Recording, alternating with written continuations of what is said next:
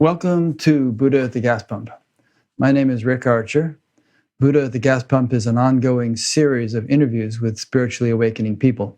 I've done quite a bit, over 500 of them now, and if this is new to you and you would like to check out previous ones, please go to batgap.com and look under the past interviews menu, where you'll see all the previous ones organized in several different ways. This program is made possible by the support of appreciative listeners and viewers. So if you appreciate it and would like to support it, there's a PayPal button on every page of the website, batgap.com. My guest today is Cassandra Vieten. Welcome, Cassandra. Hi, great to be here. Great to have you.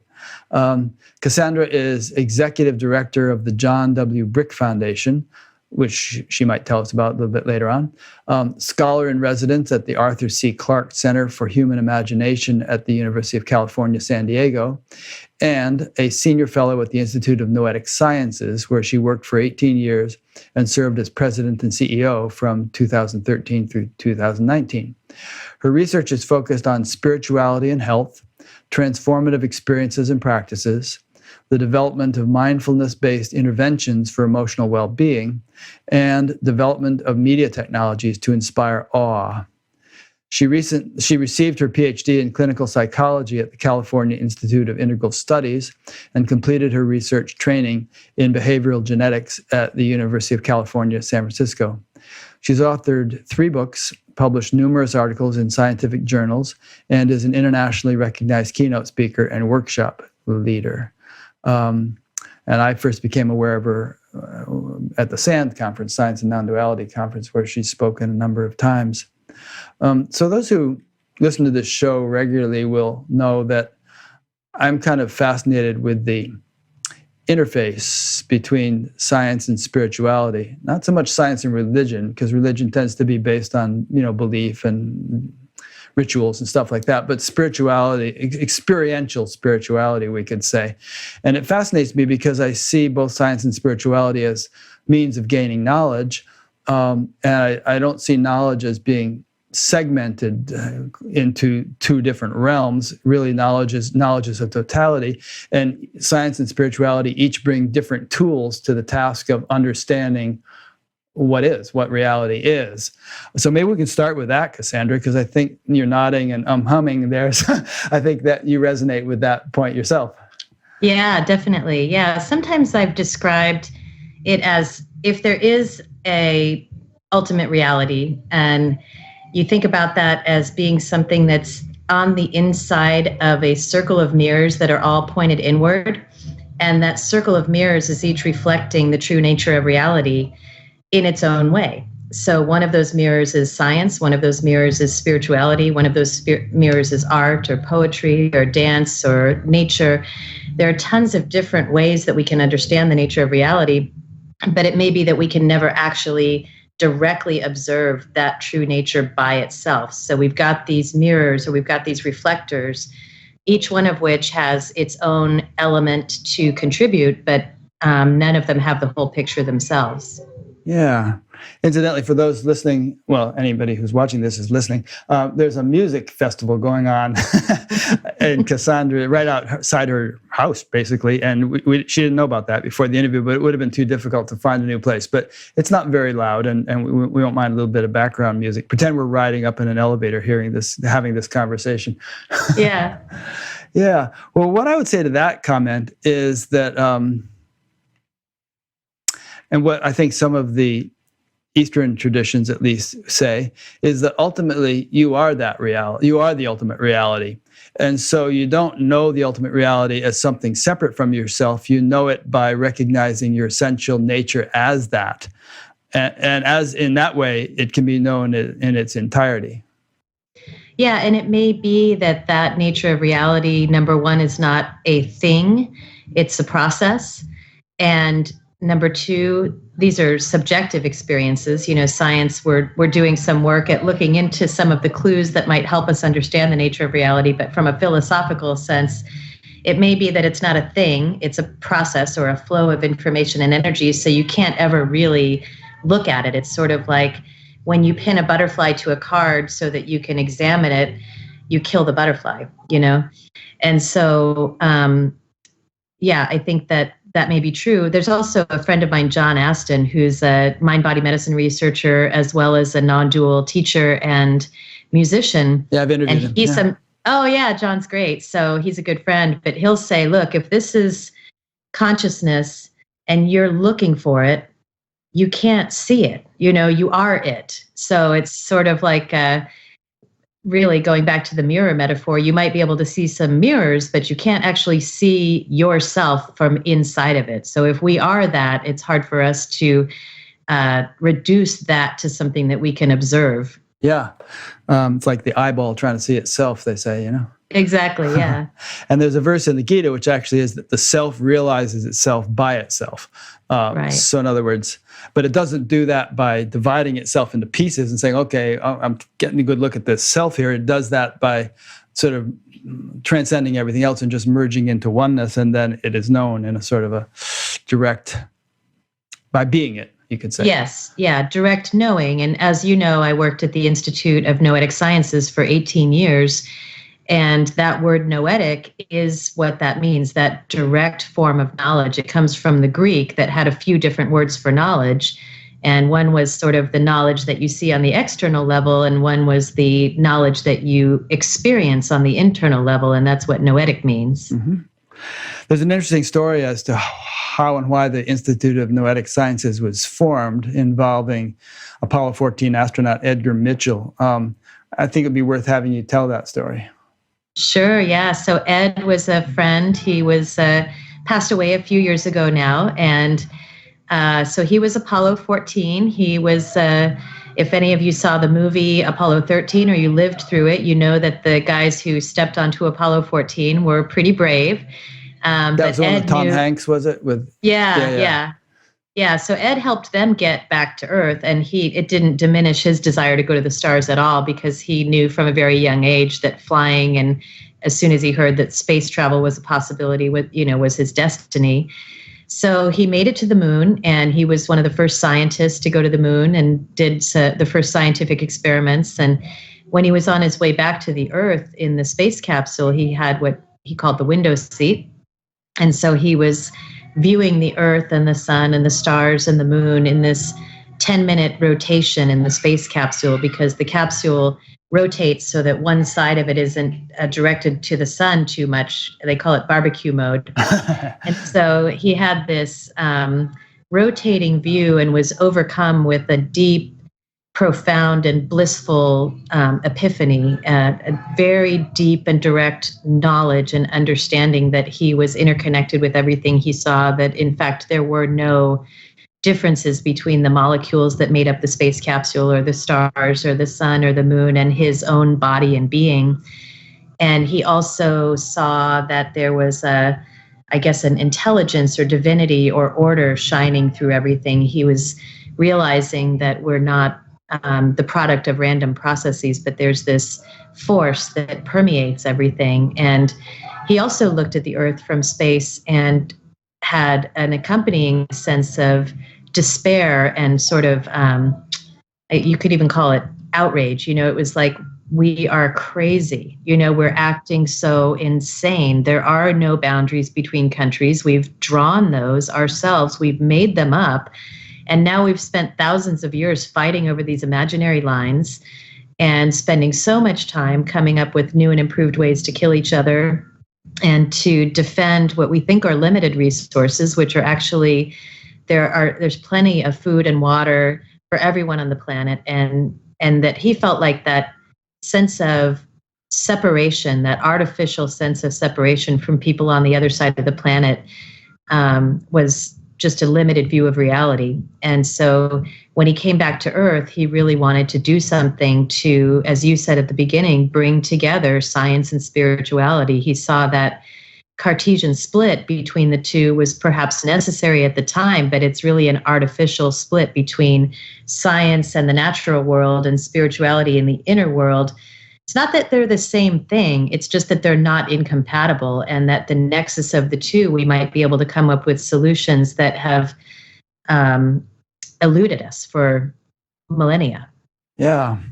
When I think of their compatibility, I think of, all right, well, what can each bring to the other? And I'm sure you can expand upon this, but I think, all right, well, science can bring to spirituality a kind of a rigor and a empirical quality where spirituality isn't allowed to get away with indulging in fantasies and woo-woo thinking that may not actually bear any resemblance or correlation with reality. It could sort of test things neurophysiologically and in various other ways to see if they're really working. And then spirituality can bring to science something wonderful because the human nervous system is far more sophisticated than the Large Hadron Collider in doing certain things that it can do, that it alone can do. And so it's an investigative tool, you could say, which enables us to experientially probe very deep levels of reality. And science couldn't build an instrument that could do that as well as the nervous system can if we know how to use it properly. So in conjunction with one another, the two can actually provide a much more comprehensive and effective means of understanding how the world works. Ideally. It's a great way of saying it. I mean, I'm not a revisionist scientist. In other words, I don't think that we should. I think the scientific method has evolved over time as a very powerful methodology to investigate things in a way that tries to, as much as possible, eliminate biases and false, illusory kinds of thinking and noise, And spiritual practices and transformative practices have evolved over millennia in very particular ways to be able to get at other aspects of reality.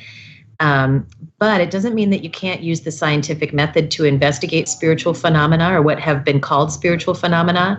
And it doesn't mean that spirituality has no bearing on scientific investigation. So, for example, we know that many of the greatest hypotheses, the greatest discoveries, the greatest inventions have come out of dreams or have come out of contemplation, have come out of hypnagogic states. Some people would even say they've come from multidimensional sources of wisdom or beings or entities from the divine. And so there certainly is a role for that deep internal contemplative kind of beyond time and space type of information that one can access, and then taking that into the scientific world to be tested using the scientific method with humility. The scientific method is extremely powerful, but it's not the only game in town. And so everything that the scientific method discovers is the best new working hypothesis we have at the time. And science dictates that hypothesis can always be disproven by a counter instance. That's where scientists get in trouble, is when they believe that science has proven something once and for all, and that any counter instances should be discarded or dismissed rather than being an opportunity for the hypothesis to be refined further. Yeah, I want to get onto that in just a second, but as an example of what you just said, what was that one where the guy had a dream about a snake biting its tail and he came up with the benzene ring or something? Yes, What was that thing? So many different ones. I can't remember that one exactly, but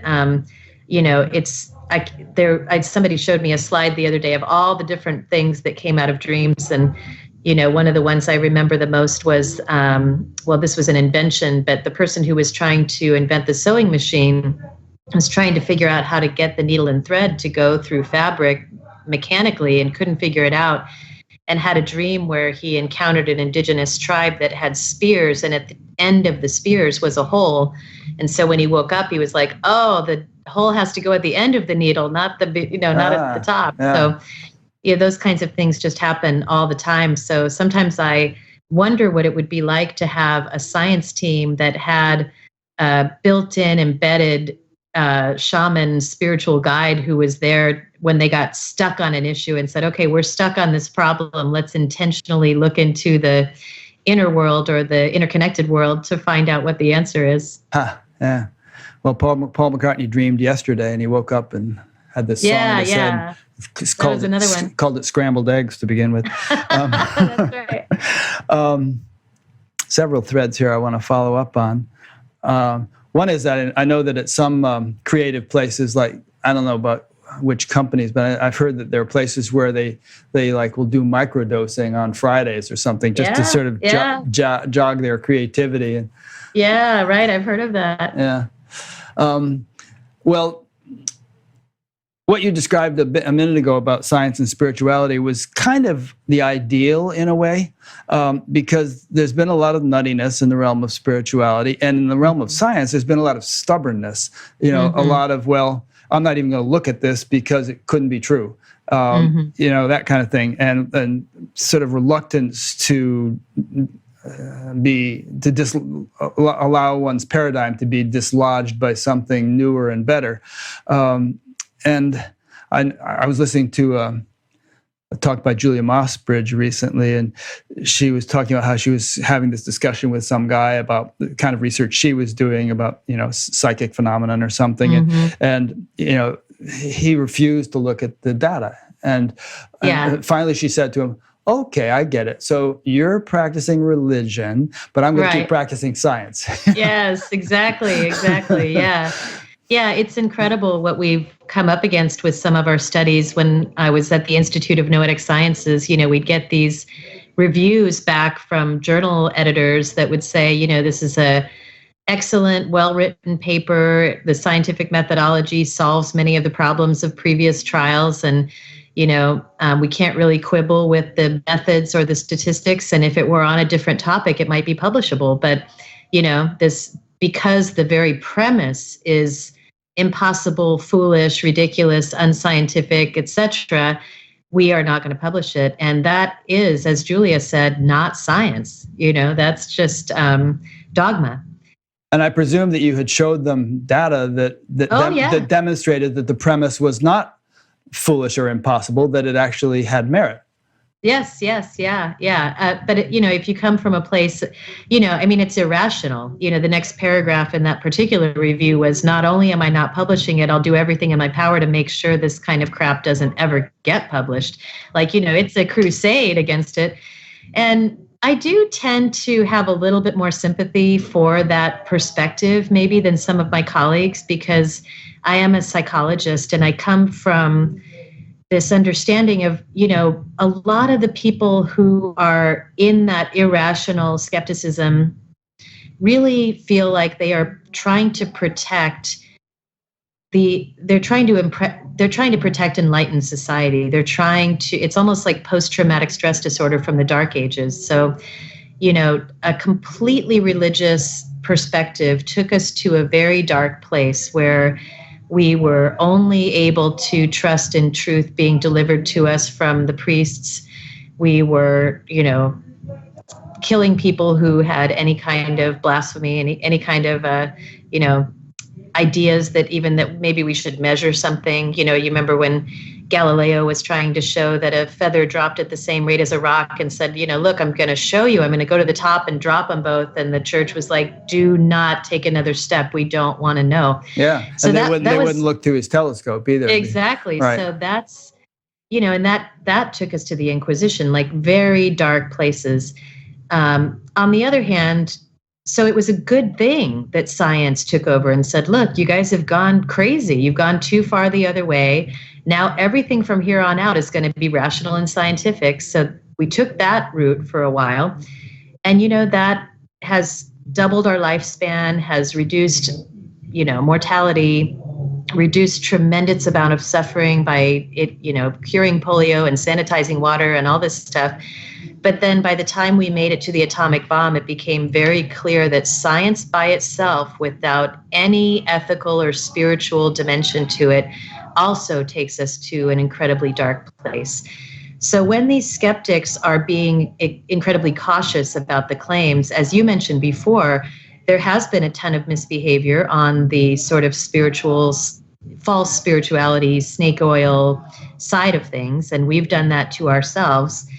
And I think they're just overcompensating by saying, let's never go back to that dark place again. So there's it never really works to denigrate people like that or to fight against them or to yell and scream. What often works for me is to be like, I totally understand where you're coming from. I'd really like to have another conversation with you about the data and about why we're doing this and why we feel like it's important. And, a lot of times I'll go to scientific meetings and people will fight against it all day long. But then when we're out at dinner, they'll say, okay, don't tell anyone this, but I had this amazing experience one time. It's exactly what you're talking about, Right. Yeah. It's been a few decades since I read it, but as I recall in The Structure of Scientific Revolutions by Thomas Kuhn, he talks about how it's a good thing that paradigms can't just be blown away Right. like a feather by the slightest new challenge or anomaly, that they have they provide a certain stability, Yeah. and that it's good that it takes a certain what would you call it? Momentum or abundance Yeah. of evidence to the contrary before a paradigm can be overthrown. Otherwise, everything would be topsy-turvy and chaotic all the time. Yeah, exactly. Yeah. Yeah. I think even in the Vedic tradition, they have the idea of the three gunas, sattva, rajas, and tamas. And tamas is supposed to be the sort of the heavy quality, dullness and whatnot, but it also provides stability. Yeah. And consistency. Yeah. Yeah, there's absolutely a space for that. And the onus is on those of us who are interested in the further reaches, pushing the frontiers of what we know now. It's really on us to create robust, repeatable studies that, and then it's also upon us to be strong and stand up for ourselves when the data are there and people are saying we refuse to look at it. And I do think there's a lot of interesting developments in the sense that citizens now can begin to push for things to be funded or advanced faster. So it's not just the ivory tower that gets to decide anymore what's going to be used or what's going to be studied. And also things like corporations and the vast amount of social and financial capital that's in the private sector is now being able to help support some of this research. And so I think there are new ways to advance knowledge that have evolved since the Kuhnian time, where paradigms can shift in different ways now. Yeah. In a way, it seems like the sort of the stubbornness of certain scientists kind of challenges you to rise to a higher standard. Because you really have to have your act together. You really have to be meticulous and careful, and you can't just sort of like throw things out there and expect them to be accepted. It forces you to build a stronger case. Yeah, in a way. I mean, I don't really believe in the idea that extraordinary claims require extraordinary evidence. I don't think you should move the goalposts for certain topics. I think the rules should be the same for everyone. But certainly if you're thinking of changing a whole way of thinking, a truth system, that requires a lot of robust data. And it also just requires that sort of the ringing of the bell of truth. There are people who, use the data, and that's one way we do it. But we also just kind of give it the sniff test. And if it doesn't sound true, if it doesn't feel true, that's almost more important, And so there are a lot of studies that show highly statistically significant, but it's 51% to 49%. It's just not as convincing to the clinical population as something bigger. So yeah, it's kind of I think the way to do it is to take it as a challenge and to use it to ramp up your creativity and ramp up the quality and rigor, and keep inventing new ways to demonstrate things that appear to be true. Yeah. What do you think about what goes on in society and commerce in a larger sense, where large percentages of the population and almost the entirety of one political party can reject the scientific consensus as fraudulent or a hoax, and then you have, I think, who was it? Naomi Klein, who wrote Merchants of Doom, where large amounts of money are being put into paying so-called scientists to come up with really misleading evidence to just support something that's economically advantageous to a particular industry. Yeah, yeah. Well, I mean, this is another good reason for science is that we are notoriously wrong. One of the greatest things I learned when I started practicing meditation myself is like, don't believe everything you think. In fact, don't believe most of what you think. A lot of what we think and perceive is extremely biased and highly filtered and very much riddled with all of the cognitive biases that we're familiar with, the confirmation bias. And so I think that that's true. And, I developed a thing called Campaign Science. It's at campaignscience.com. And it's because I was alarmed at the direction that the country was taking politically in the United States, and was noticing how the progressives and the Democrats were really using ineffective techniques to try to counter the incredibly powerful, emotionally powerful methods of the other side. And so, that kind of disbelief in climate change, or the, holding fast to things that you believe in the face of overwhelming evidence to the contrary, always finds its basis in non-conscious processes and schemas and biases that, if they were to agree, yes, this is correct, it would threaten other parts of their meaning system so much that it would risk disintegration.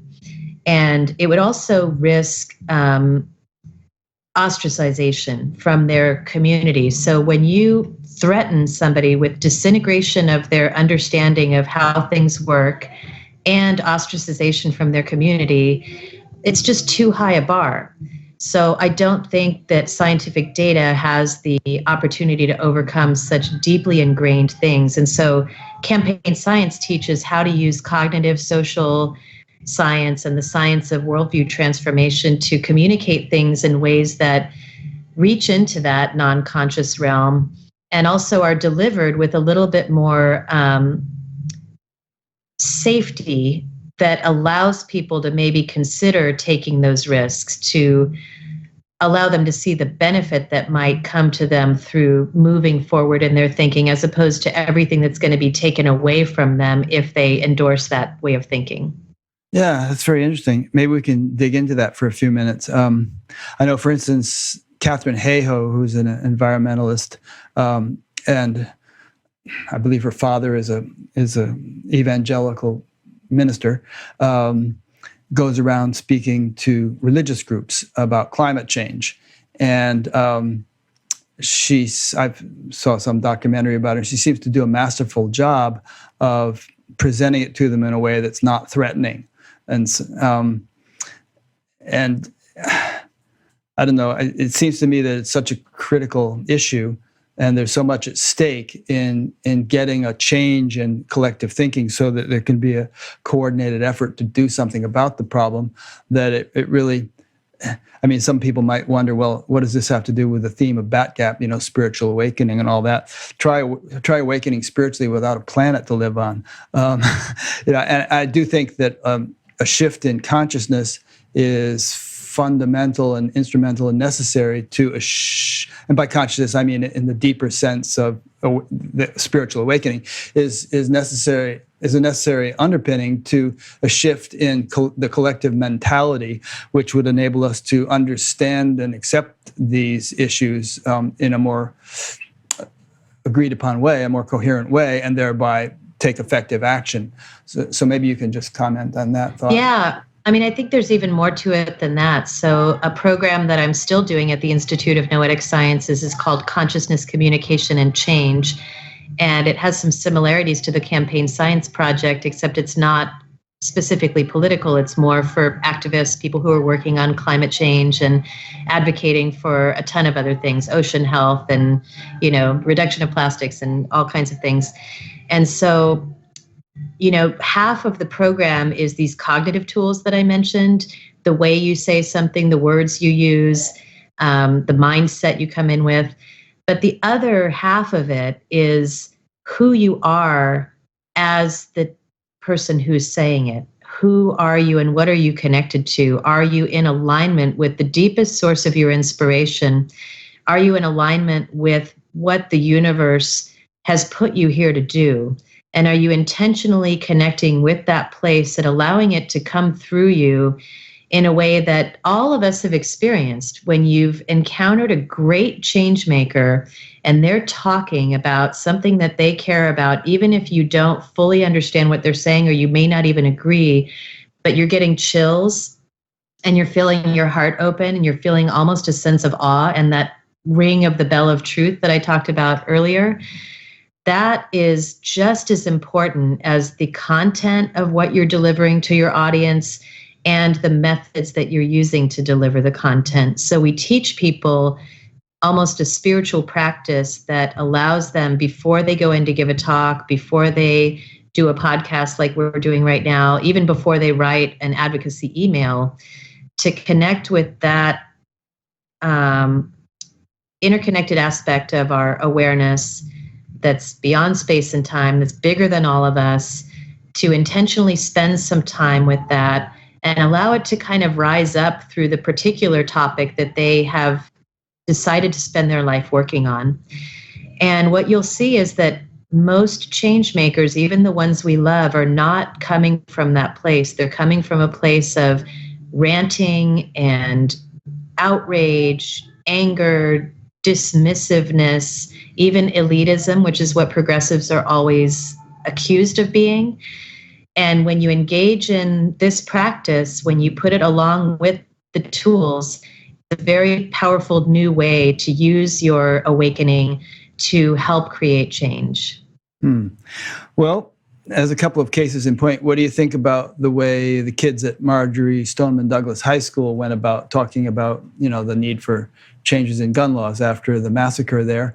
And what do you think about the way Greta Thunberg is approaching the whole climate change issue? I mean, they're pretty much in your face and, kind of saying rather shocking things to people in positions of power. Do you think that they're being too blunt or aggressive in the way they're speaking? Well, it's really interesting you bring that up, because when I'm doing the training, I play a video of especially the young woman from the Stoneman Douglas School who gave a talk on the National Mall and sat quietly for about 60 seconds to let people know this is how long it took for my friends to be killed. So even though she's being very blunt and very forthright, she is deeply in touch with a much larger and deeper emotional core and a level of authenticity and dignity and genuineness that comes through her that you can hardly ignore. Exactly. And Greta's the same way in a different way. She's not so forward with her feelings and crying and all of that stuff, but you can feel something more than Greta coming through Greta, So there's something there that's different than, let's say, and, absolutely love them, Bernie Sanders, Elizabeth Warren, people who I agree with almost everything they say, but they still are up on the stage going, look, it's very simple. Here's what we need to do. And there's just not a connection with, I do think they're pretty authentic, so that's good. Hillary Clinton probably lost because she couldn't quite get that authenticity. Her face was doing something, her words were doing another thing, and what she really believed was another thing, and everybody could feel it. Yeah, so authenticity practice is really important. To some people, it comes naturally. I'm sure that the kids at Stoneman Douglas and Greta maybe didn't even have to think about this. It happens to come naturally to them. But the rest of us have to practice. We're not naturally like that because we've been trained to not be. And that's why I think the younger people are better at it, because they've had less training to get divorced from their deeper soul when they're talking about these things, or to put on masks. And so a lot of us have to unlearn all of the tools that we learned, whether it was in academia or business or whatever it was, and strip all that stuff out to make a clear and coherent case. And not to mention that we were taught methods that didn't work, like just that hyper debating way of doing it works in a classroom, works in some settings, but it doesn't work if you're talking to people who don't agree with you. Yeah. About 10, 15 minutes ago, you said something about how a lot of scientific innovations and discoveries were inspired by some mystical experience or some higher knowledge that kind of came in a dream or in some way just sort of seeped into the awareness of the scientists as if from on high, as if from, some other dimension or something. I don't know if you exactly use those words, but I sense something similar with these young people who, and these are just a couple of the more famous examples that we've just used, but they have counterparts in many different countries around the world now who are doing some amazing things. It makes me optimistic. It makes me feel like, wow, something is waking up, and it's just waking up more readily in these kids who are more open. But there's something, as Swami Byandananda says, there's an upwising taking place. Yeah. Or as Crosby, Stills, and Nash said, there's something happening here. Yeah. I do think we're on the verge. I think that was Dylan. There's something happening here, but you don't know what it is, do you, Mr. Jones? What it is right? is not exactly clear. Yeah. Oh, that was Buffalo Springfield. I'm sorry. Oh, yeah, that's another one. Yeah, back to our 70s You're not music. old enough to know this stuff. Yeah, I'm pulling from my dad's records, but yeah, I do think it's true. And I have a lot of optimism too, that if we can begin to not only think about what we're saying, not only flood people with data, but also, and not only flood them with outrage, I would just reiterate that when you're asking somebody to do something different in their lives, and let's broaden this beyond politics or climate change. Let's say you're asking a loved one who's engaging in unhealthy behaviors, or let's even say you're talking to yourself about trying to change something that you've been trying to change for a very long time, a pattern that doesn't work for you. What I can guarantee you is that filling yourself with information or filling the other person with information probably doesn't work very well. That trying to increase their motivation through giving them increasingly urgent threat primes, in other words, telling them that the world is going to end, telling them how they're going to die if they don't stop doing this, or making them feel terrible about how they are and what they've done so far and how they're thinking. None of those things work to make change. They don't work for yourself. They don't work for your loved ones. They don't work for society. So we as progressives really have to start to intentionally use our consciousness and use our awakening to help us be better change makers, and that requires practice. Just like most of the people on this podcast probably have a meditation practice that has helped them to either connect with something larger or to help them self-regulate, to help them dethrone the tyrannical mind. That practice is great. It's kind of a similar practice that allows you to now take that practice off the mat and into the world for social justice or for just improving the health of your family and community. Yeah. What came to mind as you were saying that was another rock song. All you need is love. And that's not all you need. You also need logic. But perhaps if we're just speaking from this chakra and not also from the heart chakra, then there's the message is partial and therefore is not received. So perhaps the prescription here is to be more holistically developed ourselves and to be sort of coming from the heart as well as the head. And then there'll be a certain sweetness to the message that'll come across, even subliminally, that'll make a difference. Yeah, that's right. Yeah, when are we most likely to take a risk? It's when we feel safer, It's not when we feel more threatened. Yeah. And it's kind of hard to do that when you inform yourself to the extent that somebody like Greta has, for instance, and realize that we actually are in a planetary emergency. I think it's difficult for many people not to become strident, to feel like, get the hell out of the burning building. We got to do something, and not just, just when you get around to it. That's it. Yeah. It's like a fierce kindness. It's not just love. It's a fierce love. And so you're still being fierce about what you will not stand for and the dedication to the belief that we can do better. So there is that fierceness, but it's not unkind. It's not, you're an idiot if you don't think it, and how come you can't open your eyes? What a terrible person, what an awful thing you've done. And, imagine saying that to someone and then saying, you should join us. It's like, why would I want to join you? You're telling me how stupid and awful I am. So it's an interesting paradox. And, what comes to mind is when we were doing the study at the Institute of Noetic Sciences on transformations in consciousness, we interviewed a whole bunch of different teachers of transformation, which then became the book Living Deeply. And one of the people that we interviewed, I think it was Father Francis Tiso, was talking about meditation, contemplation, prayer, transformative practice. And he said, meditation and prayer and transformative practice is not to awaken you. It's to help you. It's to condition your body, mind, spirit complex as you awaken to be able to tolerate what you see. Oh, yeah, I actually wrote that down. I heard you say that. And you elaborate on that a bit, because that point kind of jumped out at me. Well, I just thought it was great. It blew me away. It was like, oh, we're not meditating to awaken. We're meditating because it's kind of like almost a law of nature. You are going to be allowed to awaken as much as you can tolerate being able to hold the truth, the good, the bad, the ugly, the painful, the beautiful.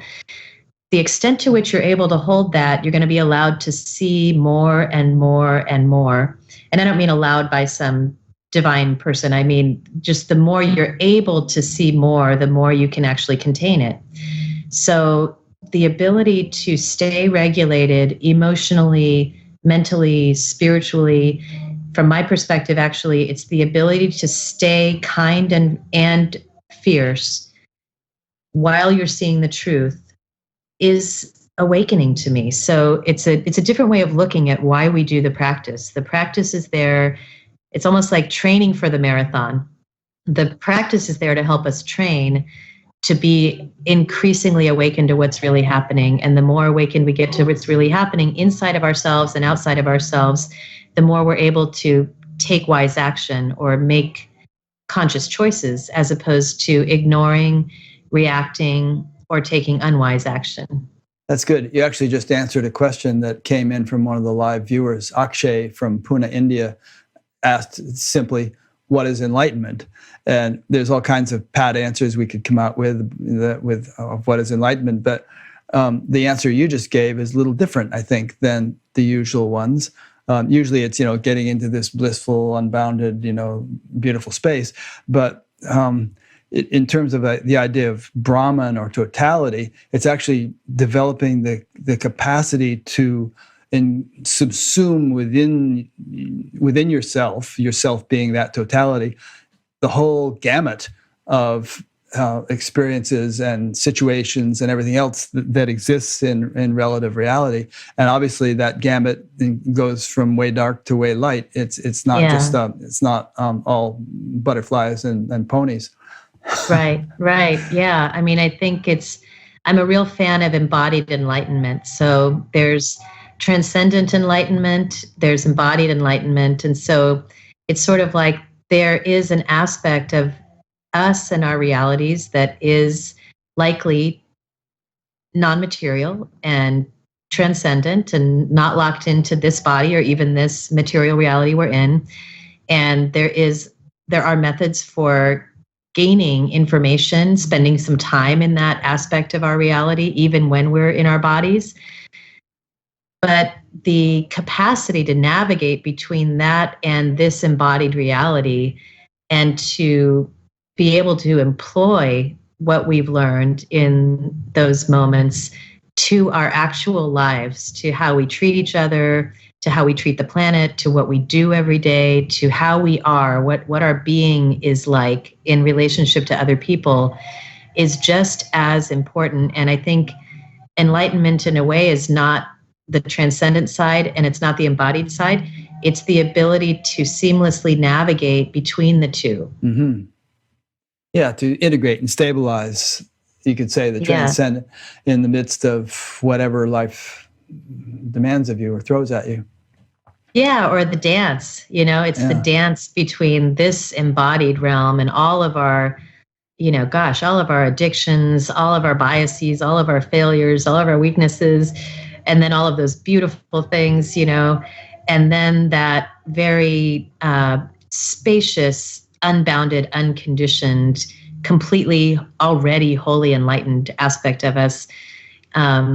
Some people's destiny is to go there and stay there. Ramana Maharshi went there, stayed there. People went to visit him and they got enlightened just by being in his presence. That's some people's destiny.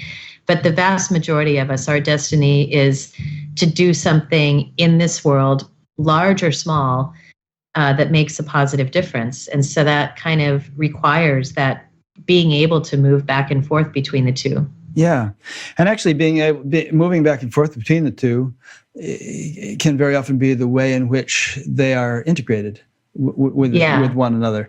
I say between the two because I'm obviously not fully enlightened. It's in the end, it's non-dual. In the end, I don't know if anybody's fully enlightened, actually. In the end, it's not really two, right? But I loved what Suzuki Roshi said, which was not two, not one. So yeah, I brew on that for a little while. I think it's probably even beyond non-duality. Well, one thing's for sure, to put it in simple language, and that is that if we think we can hold up Ramana Maharshi as the sort of a gold standard of enlightenment, but the vast majority of us, as you were saying, cannot adopt his lifestyle and are not cut out for it. And even if we could, we'd be sitting around in a loincloth, but we wouldn't be enlightened. It's not the lifestyle, Right. Yeah. But what we can do, I think, is find a means whereby we can access the transcendent, or whatever we want to call it, but we're not done. Even if we have a beautiful, clear experience of that in a single meditation or on a week-long retreat or anything else, it has to be integrated into one's life, and that, I think, is a lifetime undertaking. It's not something you do in a week or a month or a year or anything like that, because there's no end to the integration, is there? Yeah, maybe lifetimes. Who knows? Could be. Mm-hmm. Yeah.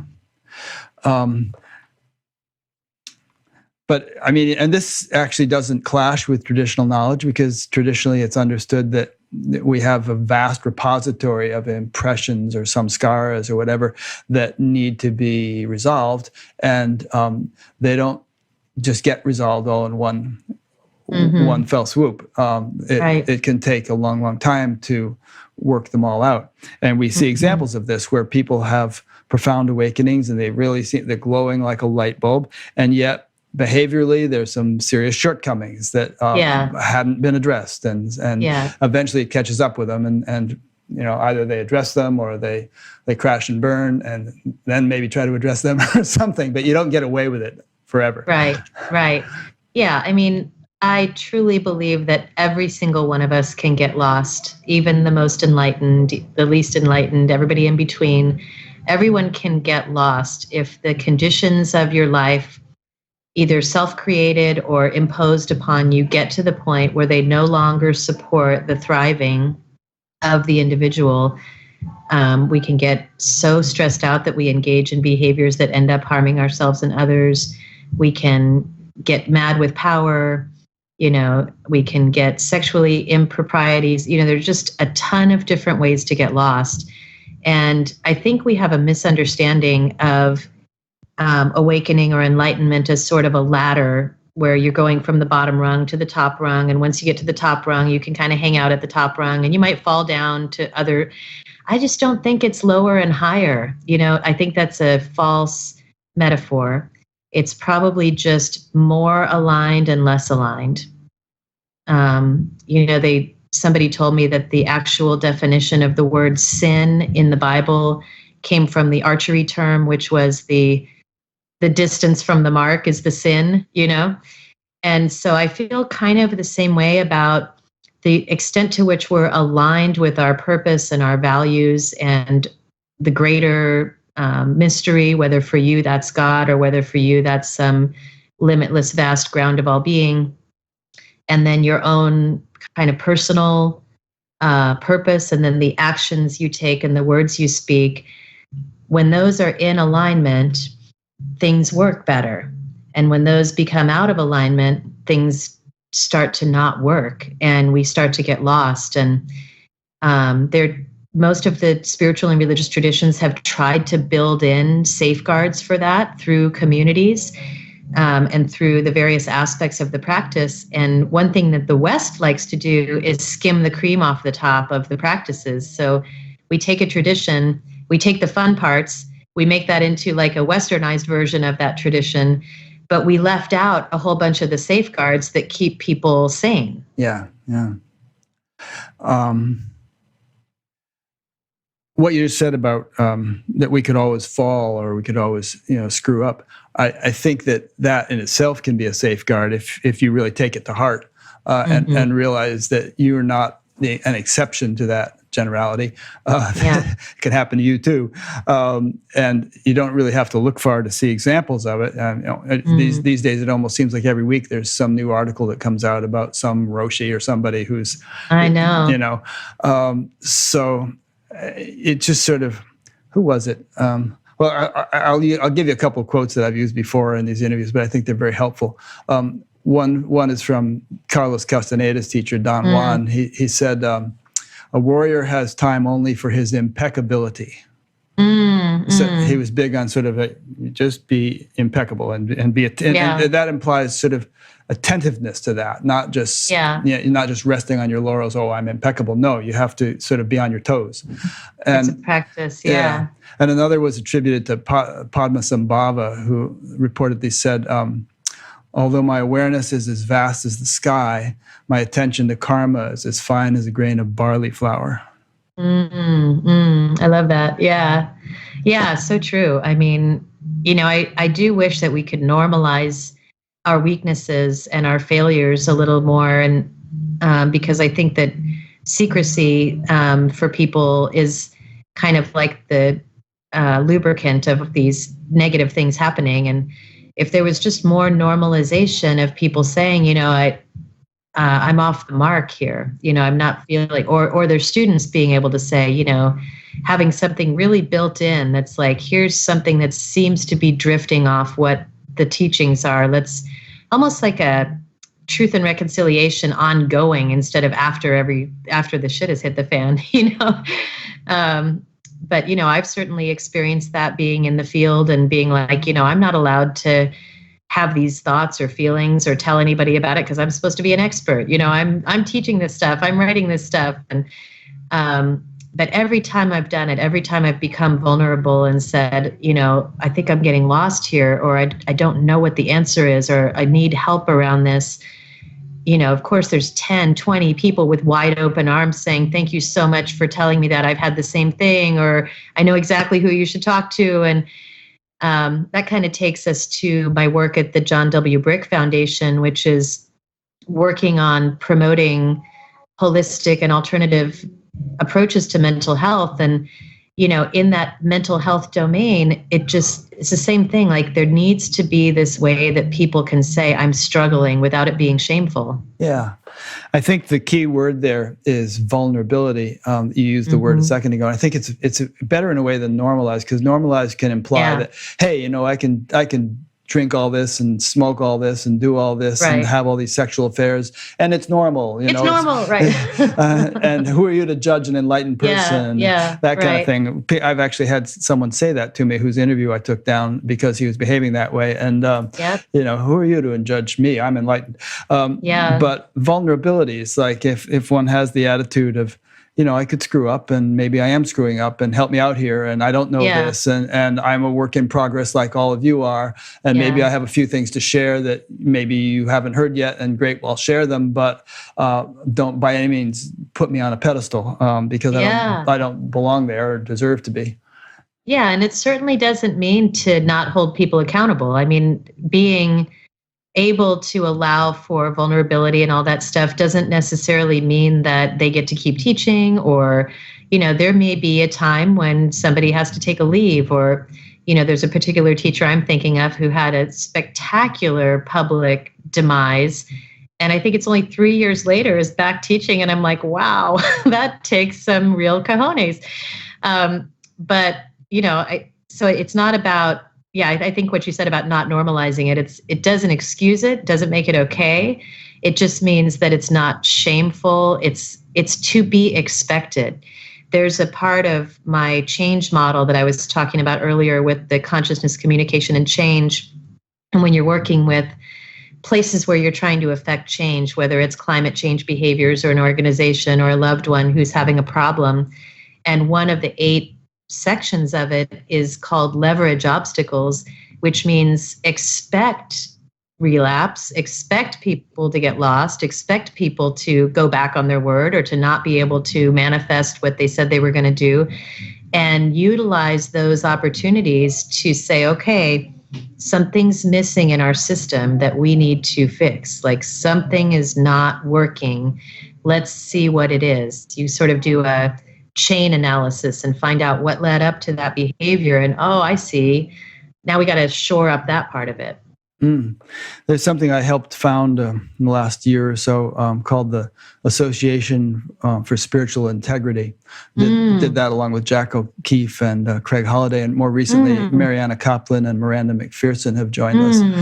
Great! Yeah, but it's not a policing organization or something that is granting or revoking licenses or any such thing, which is sometimes people's first reaction to it. Sure. And it's not moralistic or holier than thou, but it's an attempt to just sort of articulate what should be appropriate for teacher behavior and teacher-student relations and all, so that teachers and students can perhaps get a better sense of what is appropriate. Because so very often I've seen instances where teachers do something or say something, and students think, well, that sounds kind of screwy to me, but this guy seems so enlightened, so I'll doubt myself rather than doubt him.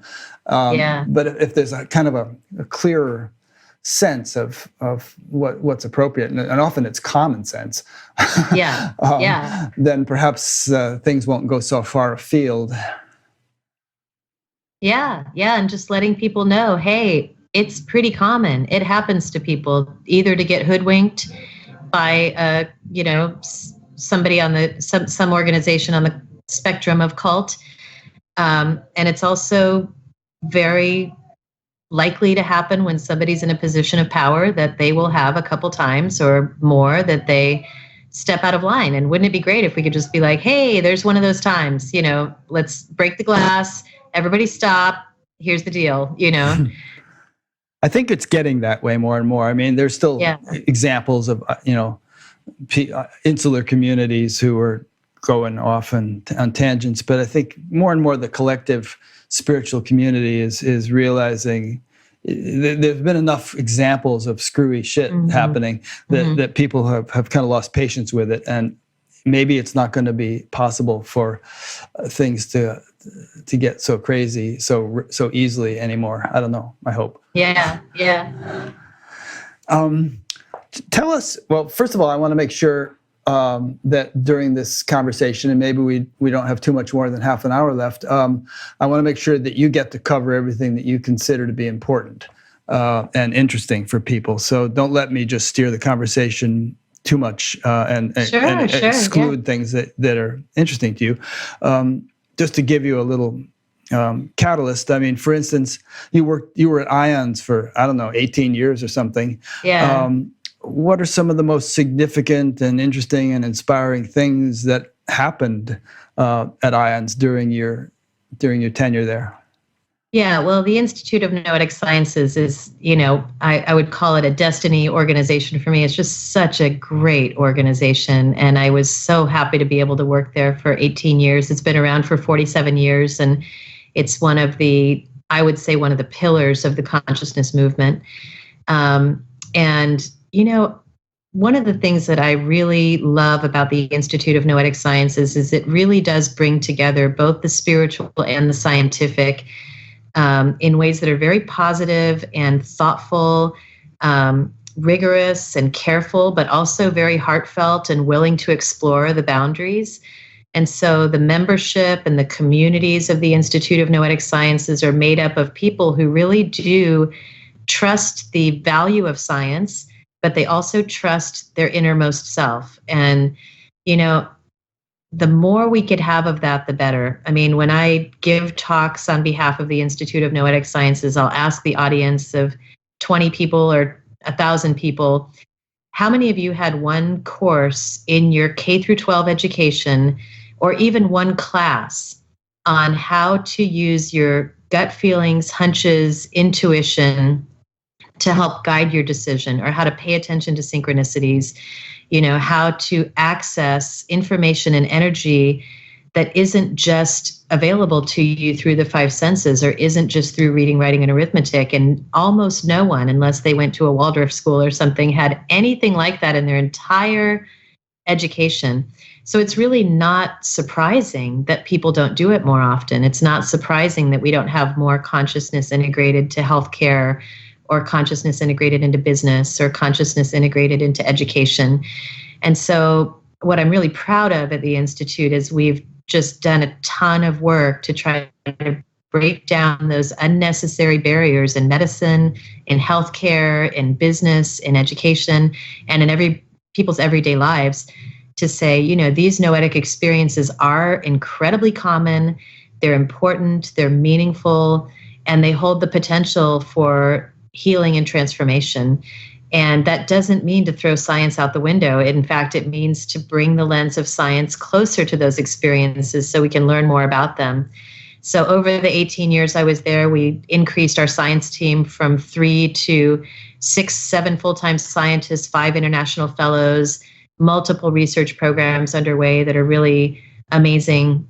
Another one is called the IONS Discovery Lab, which was launched in the last 3 years, where we have a campus of 200 acres where about 5,000 people a year come through for workshops and trainings put on by our partners who are primarily doing transformative education and spiritual practices.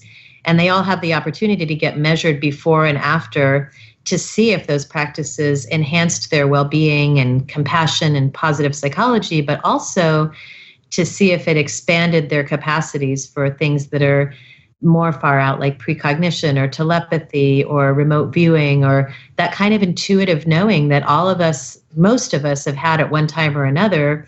And most of us have had experiences that we think that just can't be put down to chance.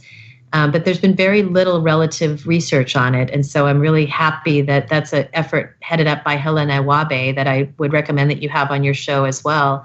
She's the director of research there. And it's going to be the largest database ever collected on transformative practices and their influence on human potential. So that's one example of something that I think IONS is just right on the cutting edge with. Will it include a sort of an attempt to compare the practices? Like, this practice is more effective at doing this, and that practice is more effective at doing that. And if you really want this to develop, then don't even bother with that one. You should do this one. Is it that kind of thing? Exactly. Yeah, we'll be able to look at baseline characteristics and, what did people come in needing? What kind of, what gender were they? What age were they? And maybe be able to eventually match people to practices that might be great for them. Also looking into mechanisms. Why might it be happening? So we measure what happened during their retreat. How much time did you spend meditating? How much time did you spend in movement? And then some mediating factors, like to what extent did people have a transcendent experience? So we might find, hey, people who spent more than 20% of their time walking the campus in nature had a 50% increase in their scores on, positive feelings. So let's make sure that every workshop has 20% of the time walking in nature. Who knows? We just don't know which parts of these practices do what. So I think it's really exciting. That's great. Because I think a lot of times researchers study a particular thing, like there's a TM researchers study TM, and maybe some Buddhist practitioners who are also scientists study their Buddhist practice and all. But I'm not sure how objective some of those studies are sometimes. It almost seems like there's an attempt to prove something. Whereas your thing sounds more objective and even-handed, maybe. Yeah, it's really trying to get a handle on the whole spectrum of transformative practices and how they work. And yeah, we definitely, IONS doesn't follow any one dogma, doesn't have any one teacher. That's a real strength, I think, of IONS, is that it's not beholden to any guru or specific methodology. It's not trying to prove a particular thing. We're just trying to look at how do we shift people's worldviews? How do we enhance human potential? And in the end, how do we help people be kinder to themselves, others, and the planet? Another project I think would be interesting to your listeners was called the Future of Meditation Research. And that was a project where for 4 years we gathered about 25 of the the country's leading scientists in the meditation field. And we said, okay, so now we know that mindfulness helps people with depressive symptoms, anxiety symptoms, pain. It's become sort of like going to the mental gym. You're going to improve your focus and increase your memory and all these good things and change your brain structure and function. But what the science was beginning to do is sort of ignore the aspects of meditation that were more transcendent or enhancing potential or focused on awakening and liberation and, those really key aspects of meditation. And so we got all these people together and met several times to determine what the future directions in meditation research could look like and what kinds of things should be studied. So we have a paper that we published in Frontiers in Psychology, and we also have we published it in PLOS One, which is a very high-ranking journal. And then we also created an online course called The Future of Meditation Research, where 16 or 18 of these people who participated talked about these various aspects of meditation, like experiences of awe and wonder, experiences of connection with a teacher, death and dying, and all these various aspects of meditation that are less well understood, and some people would say are not amenable to science, but we think they are, and we think, in fact, they're the next wave of what we should be doing. That's interesting. I have a question related to that. We started out our conversation talking about how science and spirituality might each contribute to our greater understanding of reality. And in the realm of science, obviously, there are a lot of things on which there's a great deal of consensus. Certain in physics, for instance, what we understand about the speed of light or the way gravity works, or various aspects of Newtonian physics. And I'm sure this is true. That's true of every branch of knowledge of science. There's a great deal of consensus on a lot of things, and then obviously there are probably exploratory areas on which there's not so much consensus, but they're working on progressing and acquiring more consensus. Now, in the realm of spirituality, you have all these different traditions that have all these different cosmologies or ontologies about the structure of reality and the various states of consciousness that one could experience. The Vedic tradition has, Patanjali says this, and Shankara says that, and in Buddhism has all the jhanas and all these different levels and all. Now, is there any way of sort of dovetailing those things together and reaching some kind of consensus? Or are the experiences one has through spiritual practice so subjective and so colored by individual nervous systems that there could never be a complete agreement on all these different potentials and higher states of consciousness? And if so, does that mean that these things are just to some extent fabrications of the individual mind without any basis in the actual reality of the universe? Yeah. Well, there's a tremendous amount of variability. And I guess my answer to whether science can, or whether there could ever be any kind of coherent theory around it, is that there's a tremendous amount of genetic variability. Every single person has a lot of shared genes. In fact, we have a huge amount of shared genes with even like a grain of rice, right? But then that subsection of variability is tremendously variable. So I do think that even phenomena that have a massive amount of variability, especially with new analytic techniques that come from artificial intelligence and machine learning, will be able to make some generalizable statements or some helpful statements. Now, I do think that as a culture, we've hit a point scientifically where we have solved a lot of the basic problems, like the basic binary problems, where there's a yes, no, or an up, down, or a one-to-one correlation. And now we're getting into the mode of looking at much more complex things. Like I've done research on alcoholism, or I have colleagues who do research on schizophrenia, which seem from the outside to be like, oh yeah, that's when you drink too much, or that's when you have hallucinations, when in fact, these disorders are incredibly complex and no gene or brain region really has been identified that accounts for any more than 10 or 15% of either one of them. So we are in a place where the problems that we're going to start to face are much, much more complex. And it doesn't mean that we can't do it. It means that we've got to improve our methods. Mm. So just to press the point a little bit more, let's say in science, if every microscope were somehow different, such that each person who used a different microscope saw something different when they looked at the same amoeba or the same thing, we'd have chaos. So if we regard the human nervous system as a scientific instrument for exploring subtler realities, can there be any standardization, or is it going to be that every individual who observes the same subtle phenomenon, presuming these subtle phenomena are universal realities and not just subjective fabrications, is going to see those subtle phenomena differently, and therefore it's going to be very hard to arrive at any kind of consensus? Oh yeah, no, now I see what you're saying. No, I don't think we're ever going to be able to reduce everything into categories or component parts. And I don't think science is up to the task of solving the whole issue of subjective consciousness. And I don't think probably any form of spirituality is up to that task either. And I hope not. I mean, I remember having a great conversation with Stan Grof, and I was telling him all about the science at IONS and, all of what we were up to. And he said, well, I sure hope you're not successful. And I was like, what? And he said, well, then it'll be game over.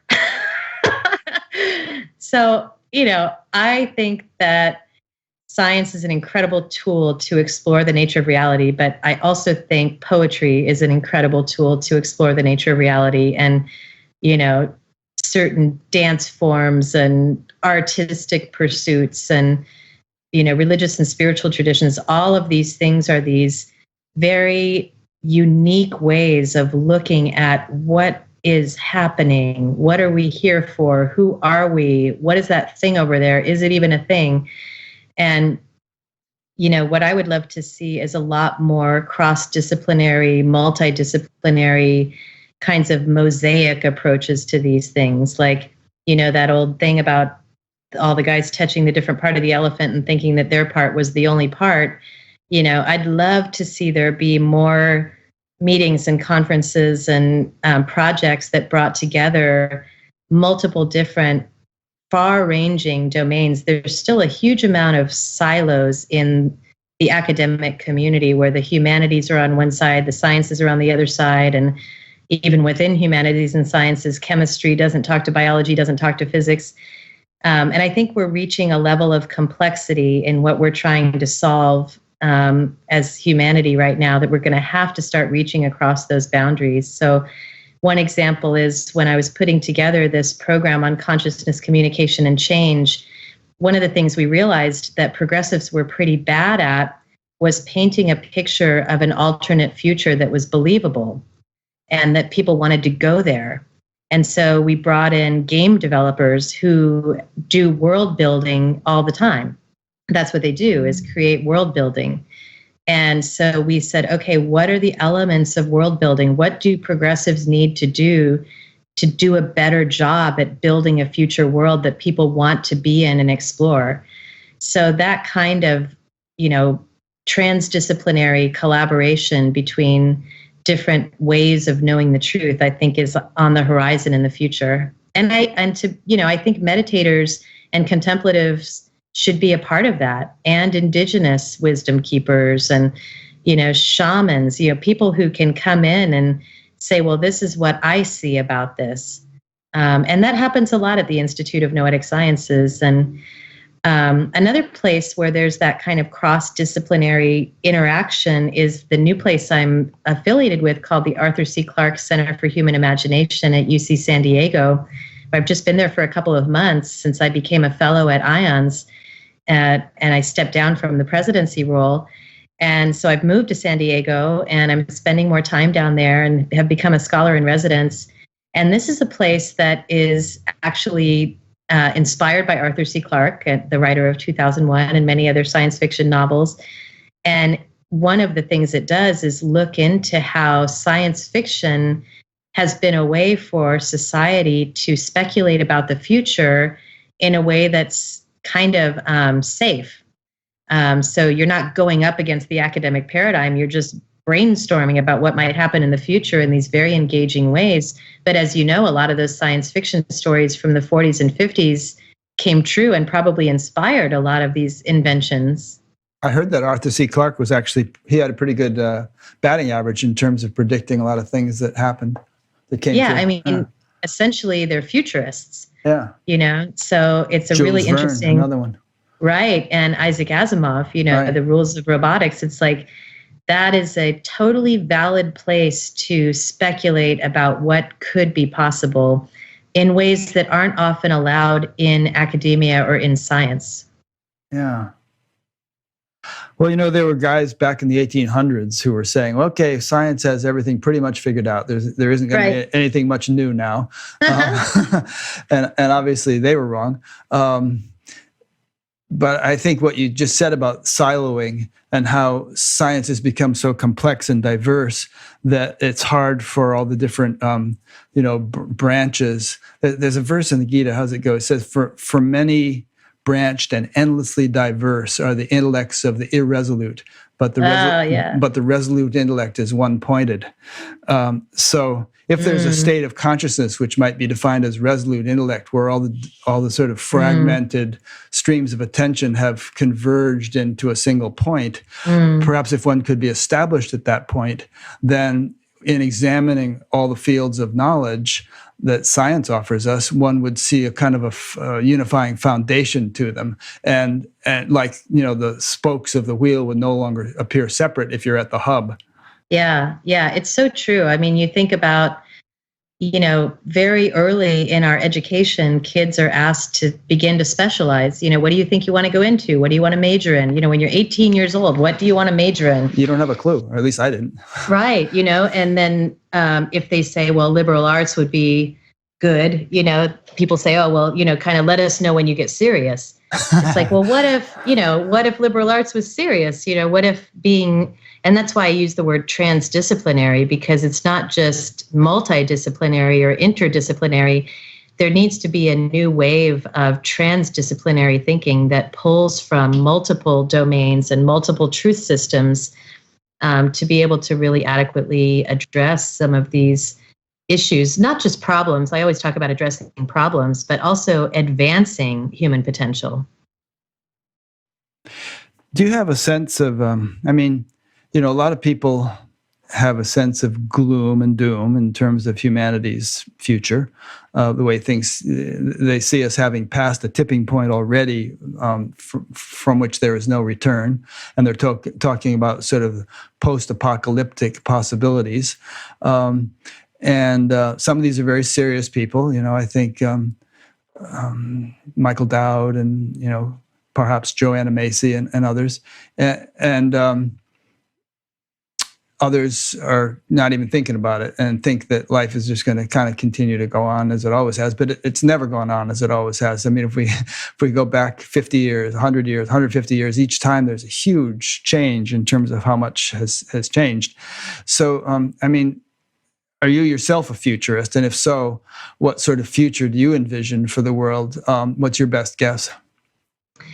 Well, I just love to think that if we're going to spend our energy on anything, you may want to spend 10 or 20% of your energy on the contingency plan, and get your Earthship out in New Mexico so that you can have a place to be off the grid if everything does collapse. Are you doing that? But I've thought about it. I'm not doing it. I probably should, but I don't even have an earthquake kit in my house. So, I don't tend to be quite as risk averse as I should be. But I do think that 80% of me, and I hope that 80% of everyone else, will be spent on prioritizing what it's going to take to solve the problems. I think it's insane to think that if we all turned our attention, or some very, even a strong minority of us turned all of our attention to finding a way to use renewable energy to power the earth, to get food and clean water to everyone, to get shelter to everyone, and to regenerate some of the damaged areas of the earth, there's no doubt in my mind that we could do it. So I do take those people seriously, but I don't think, what I think the most is that we as progressives, in order to recruit the kind of energy and people that we're going to need to do this, have got to stop talking about how awful it all is. And we have to start building the future world that looks great. The way that we do it now is, here's the future world where you're not going to be able to eat fish, and you're not going to be able to have straws, and you're not going to be able to have cheeseburgers. You're going to have to live in a house made of trash. And, like, that's how it's going to be. And everyone's like, great, sign me up, Not. So, right. So I think it's really important to, there's these kids who are coming up with machines that clean up thousands of pounds of plastic out of the ocean every day and recycle it. Then again, there we go again with the kids, Right. There's young people who have made a better leather out of mushrooms. There's, speaking of mushrooms, whole species of mushrooms that know how to eat up waste and plastic. So I think we need to be working on advancing those with the same level of determination that we did in the Apollo program, the same level of innovation that we're putting into the space program now, the same level of innovation that we put into our iPhones, certainly the same level of energy we're putting into defense and ways of killing other people. Let's get our ingenuity and everything together. And I'm really, I think things like Paul Hawkins Drawdown, and, right around the corner from me right now is this festival called Planet Home, where they're bringing together all these people to talk about solutions. And the phrase that they used under each speaker was solutionist. And I loved that. It's not a futurist anymore. It's a solutionist. So I'm going to sign on to being a solutionist. Well, it's interesting because within that paragraph that you just said, and even within some individual sentences of it, you swung from individual innovators, such as the kid who invented the thing to gobble up the plastic or to collect the plastic, and government projects such as the moonshot, and we could think of building the interstate highway system, things that an individual couldn't do. So it seems to me it has to be multi-pronged, where you have individual creativity and you do whatever you can to allow that to flourish and to support that. On the other hand, there has to be a concerted government effort to do the things that only governments can do on a large scale. For instance, we could probably put solar panels on every roof in the country, but you're not going to get every individual to do that because they don't have the financial means nor the incentive. But but that kind of thing could be done with, so many other things. And you also mentioned, it happens faster than you think.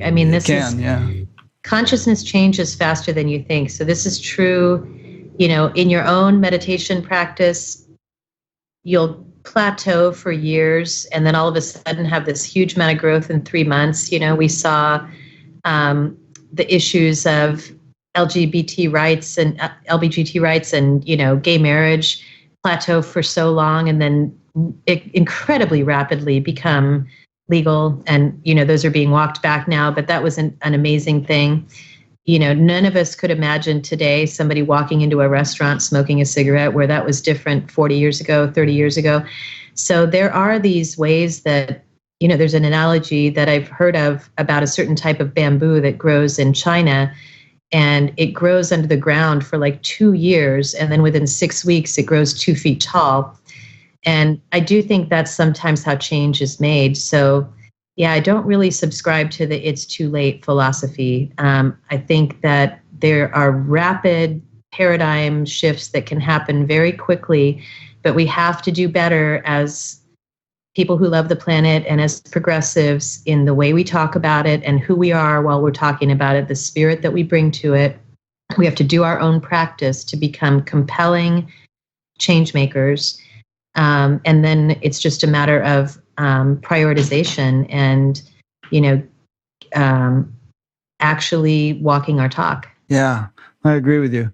And the example of the bamboo was a good one, because I think you could also use the metaphor of a train going through the tunnel. It doesn't look like any progress is being made, but then you come out the other side of the tunnel and you realize you're in a whole different place. So I think a lot of change sometimes festers beneath the surface and then finally it manifests or expresses. That's right. And, That's right. Yeah. It's not that it suddenly just happened. It's been happening all the while, but it took us to we had to get to a certain point before it could sort of express. Yeah. Yeah. Yeah. Okay, so there's 3 or 4 things you're working on. You've mentioned some of them. How we change and why we don't is the title of a current book that you're working on. Yes. Uh-huh. Have you said everything you want to say about that, or is there a little bit more you'd like to say about that? Yeah, that's just sort of an encapsulation of what we've been talking about in terms of the change model. So we've got consciousness, communication, and change, which is the outer change, people working on advocacy issues. And how we change and why we don't is for individuals who are working on themselves, or maybe they're therapists or spiritual teachers who are working with other people to help implement this model of change that we've created that takes a new approach to change, that's not based on giving people information about what they should do and not even based on increasing their motivation to do it, but really providing the conditions under which it's most likely that they'll be able to take that risk of exploring a new way of doing things, and then instantiating that into their lives with multiple support structures around that. And so How We Change and Why We Don't is the book that I'm working on. And I'm also teaching that workshop along with my colleague, Mike Sapiro, who's also writing the book with me at the Esalen Institute this November and also next April.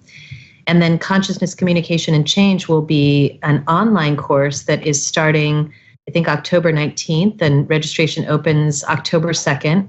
So if you're like, and we're talking about 2019 for those who might be listening to this 5 years from now. Yeah, sorry about that. Yeah. So 2019, and hopefully the programs will still be going 5 years from now.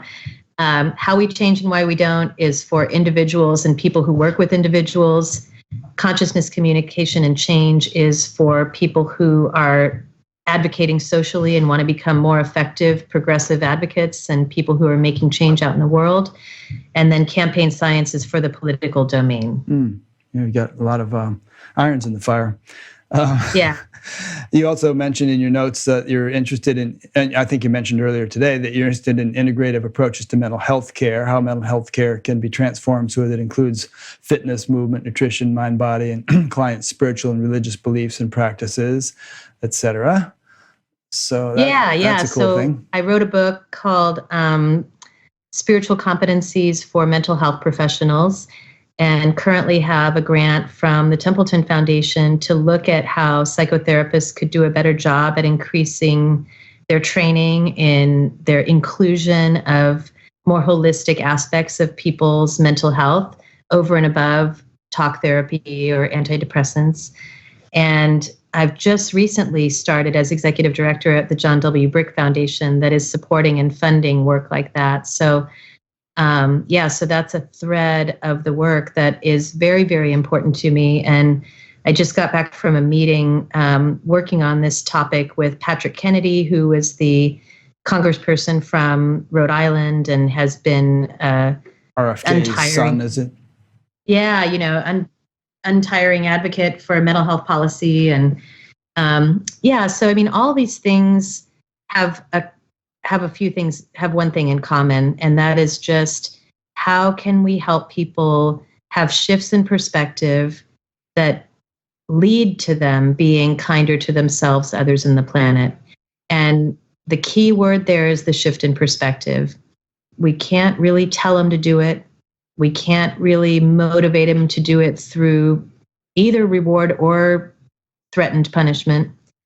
but we can provide the conditions under which people shift their perspectives in ways that make it much more natural for them to engage in more productive activities. And a large part of that does have to do with the kinds of wisdom that come out of the meditative practices, being able to observe your thinking, being able to observe your sensations, being able to connect with something larger than you and allow it to begin to move through you so that you're walking with the flow of life as opposed to walking against it. And you're leveraging that to do good in the world. So even though they sound like they're kind of separate in it to a certain extent, they're really just different applications of the same concept. Yeah. Just want to actually just read a couple more little paragraphs you sent me because I think they are interesting. And you've kind of said both of these things, but maybe this gives it a bit more emphasis. You're interested in conditions that foster imagination, innovation, and creativity. What environmental and internal conditions, agents, practices, and states of consciousness stimulate imagination, and particularly the ability to see new possibilities. And based on this shift in perspective thing you just said, it's one thing to shift an individual's perspective, but you've also given us some examples of the entire society's perspective shifting around gay marriage or whatever, just different things that, or segregation and things like that have undergone pretty huge changes, even though there's obviously more shifting that needs to take place.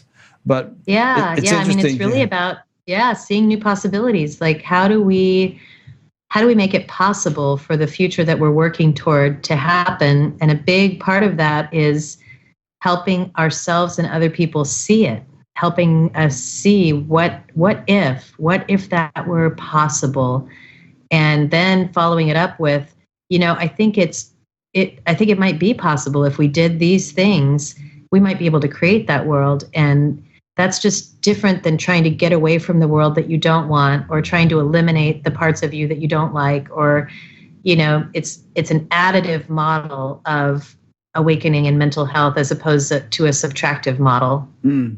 There's that Margaret Mead quote about a small group of dedicated individuals bringing about large changes, and her saying that that's the only thing that's ever done it. So it might seem like you're sort of pie in the sky thinking about these things and your little thing there out in California, but these things have a ripple effect.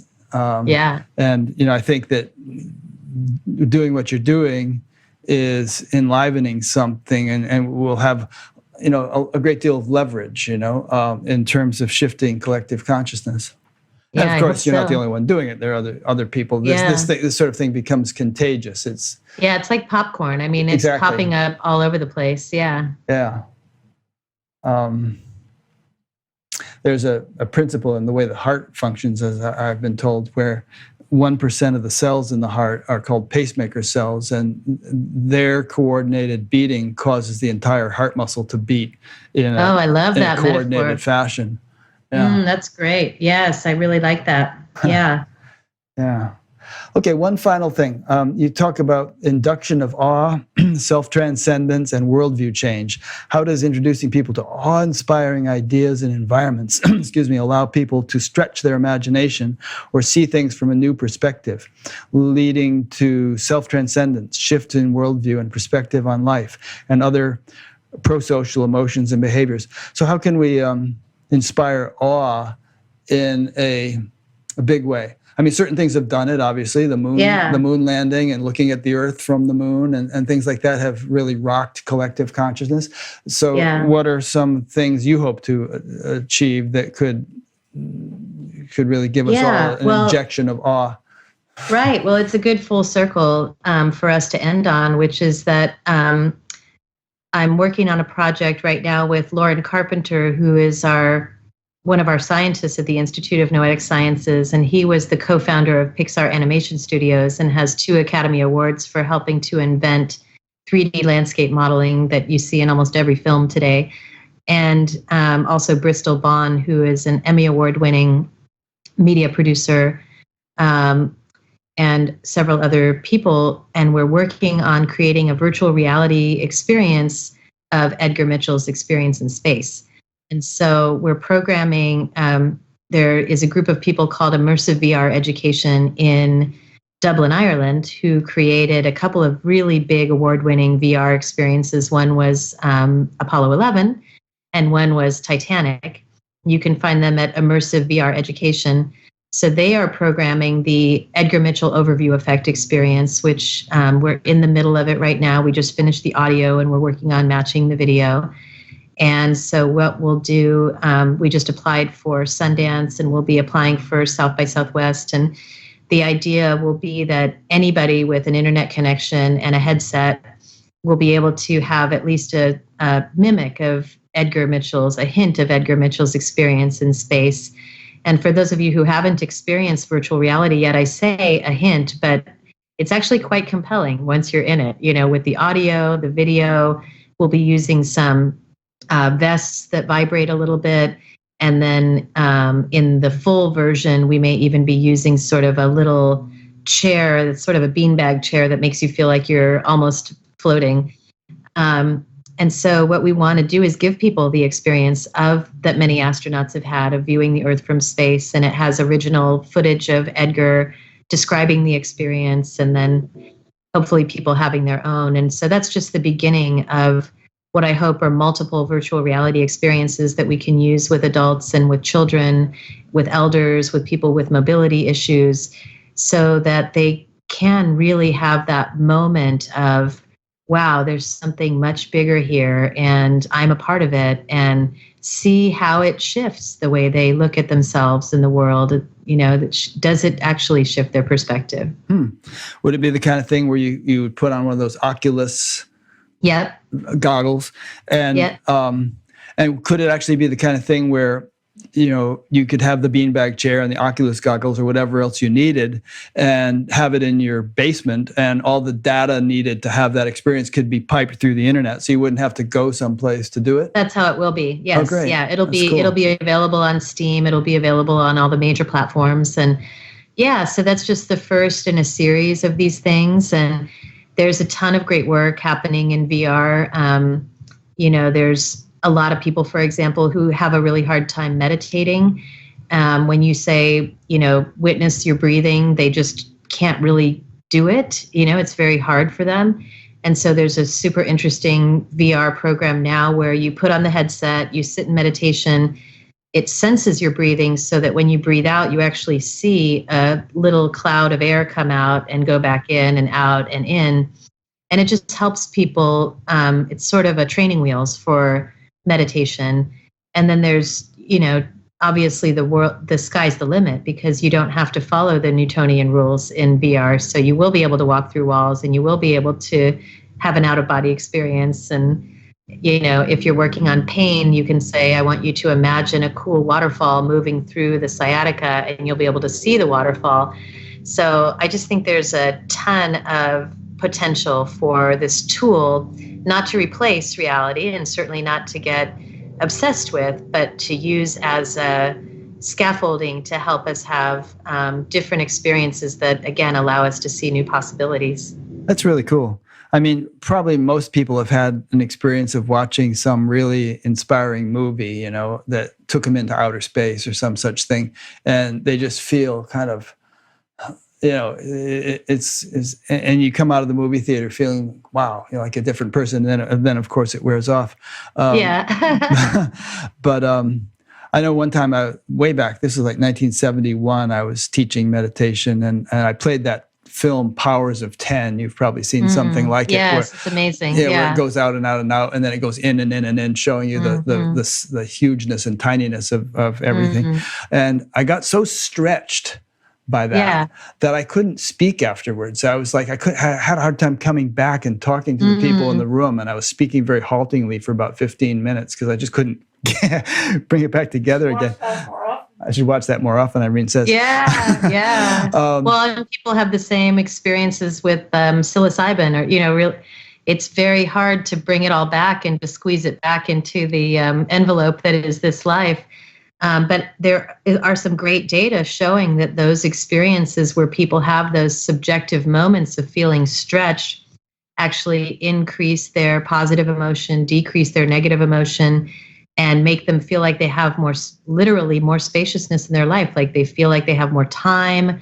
It's almost as though it's been stretched. Yeah. And I mean, think of all the kind of impact that near-death experiences have on people, and life-changing changes in perspective and all.